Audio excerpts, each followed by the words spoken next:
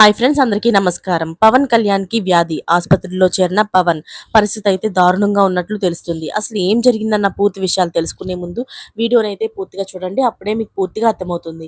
అదే విధంగా చాలా మంది సబ్స్క్రైబ్ చేసుకోకుండా వీడియోని చూస్తున్నారు. దయచేసి సబ్స్క్రైబ్ చేసుకోండి. సబ్స్క్రైబ్ చేసుకోవడం వల్ల నేను చేసే ప్రతి వీడియో అప్డేట్ మీకు ముందుగానే నోటిఫికేషన్ రూపంలో వస్తుంది.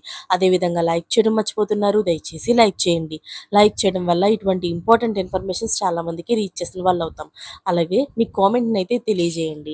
ఆంధ్రప్రదేశ్ ఉప ముఖ్యమంత్రి, జనసేన అధినేత పవన్ కళ్యాణ్ కు పలు ఆరోగ్య సమస్యలతో ఆసుపత్రిలో చేరారు. శనివారం హైదరాబాద్ అపోలో ఆసుపత్రిలో పవన్ కళ్యాణ్ పలు వైద్య పరీక్షలు చేయించుకున్నారు. స్కానింగ్, తత్సంబంధిత పరీక్షలు నిర్వహించారు. రిపోర్ట్స్ పరిశీలించిన వైద్యులు పలు సూచనలు చేశారు. మరికొన్ని వైద్య పరీక్షలు అవసరం ఉంది. ఈ నెలాఖరులో గాని, మార్చి మొదటి వారంలో గాని మిగిలిన వైద్య పరీక్షలు చేయించుకుంటారు.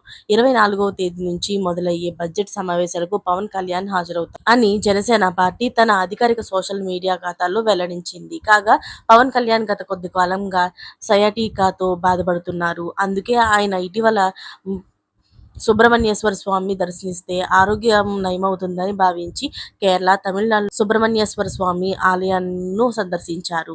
అంతేగాక ప్రయాగ్రాజ్లోని మహాకుంభమేళకు వెళ్లి త్రివేణి సంగమంలోని పవన్ కళ్యాణ్ దంపతులు పుణ్యస్నానాలు ఆచరించారు.